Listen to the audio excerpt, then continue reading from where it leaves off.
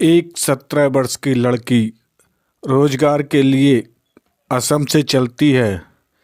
चलने के बाद रोजगार के लिए कभी बिहार, यूपी, उसके बाद बेंगलोर पहुंच जाती है। पहुंचने के बाद वह एक फैक्ट्री में रोजगार के लिए एप्लीकेशन देती है। एप्लीकेशन जब वो देती है तब उसे एक टेम्परेरी नौकरी मिल जाती है।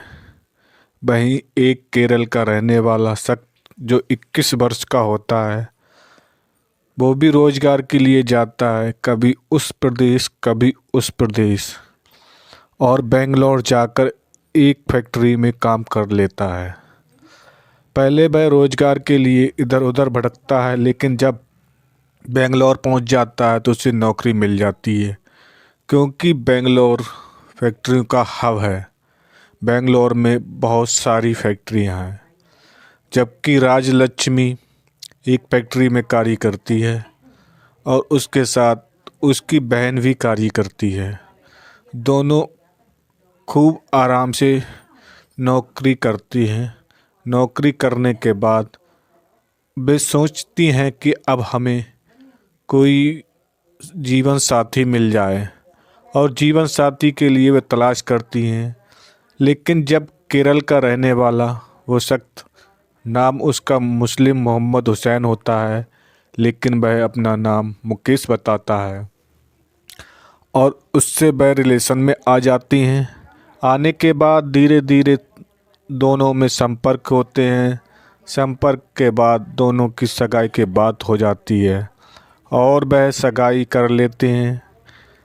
सगाई करने के बाद जब राजलक्ष्मी को पता चलता है कि उसका नाम मोहम्मद हुसैन है, तब वह कुछ अपने मन में सोचती हैं कि मैं हिंदू धर्म से होने के बाद मुझे मुस्लिम धर्म का व्यक्ति मिलता है, लेकिन उन्हें इस बात का एहसास नहीं होता है। फिर भी उसके बाद वह उसके साथ खूब हंस खुश कर रहने लगती हैं। लेकिन जब एक दिन मोहम्मद हुसैन उसे मांस खाने के लिए कहता है, तब वह कहती हैं कि मेरे धर्म में और मेरी इच्छा है कि मैं मांस नहीं खाती। इसके लिए उसे ज़बरदस्ती की जाती है, लेकिन वह ज़बरदस्ती ना कर कर अपने उससे तलाक के लिए अप्लाई करती है। लेकिन वह नहीं मानता है और कहता है कि आप मेरे साथ रहिए। एक दिन क्या होता है कि मोहम्मद हुसैन उसकी बहन के साथ पास जाता है। बहन के पास जाने के बाद उनसे कहता है कि अब मैं मांस नहीं खाऊंगा, और मेरे साथ अपनी बहन को, जो राजलक्ष्मी होती है, उसे भेज दो।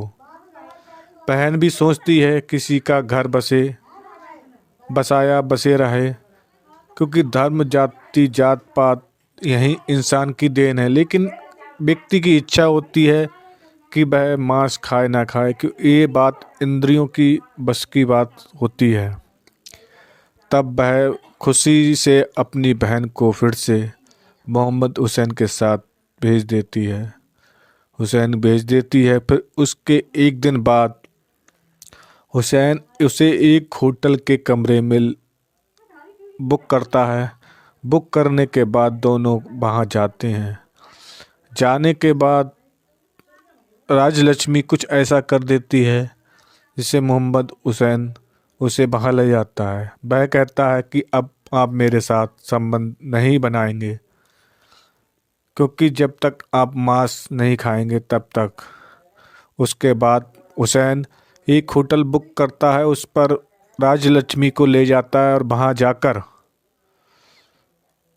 नॉन वेज के लिए एप्लीकेशन देता है। जब वह ये सब कुछ देखती है तो आश्चर्यचकित रह जाती है। उसके साथ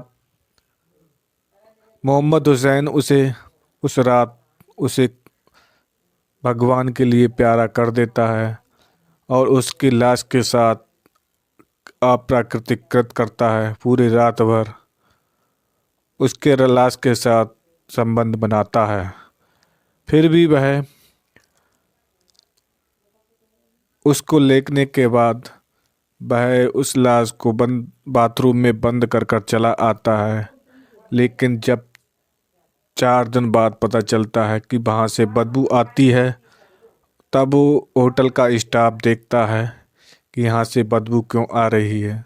तब वह देखता है कि वह लाश राज लक्ष्मी की है। उस लाश को देखकर होटल कर्मियों के होश उड़ जाते हैं और इसकी सूचना वह पुलिस को देते हैं। पुलिस वहाँ आती है और कहती है, इसकी पहचान कीजिए, आपके पास इस कमरे में कौन कौन आया था।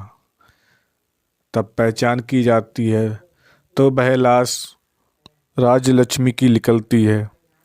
उसके बाद उसकी बहन की तरफ से मोहम्मद हुसैन के लिए मुकदमा दर्ज किया जाता है और फिर पुलिस दबिश देती है और उसे गिरफ्तार कर लेती है। उसके बाद उसे जेल भेज दिया जाता है। लेकिन बात ये होती है कि उसने मानवता को तार तार करने के बाद जो अप्राकृतिक कार्य किया, उसके भी कठोरतम कठोर कार्रवाई जज साहब देते हैं।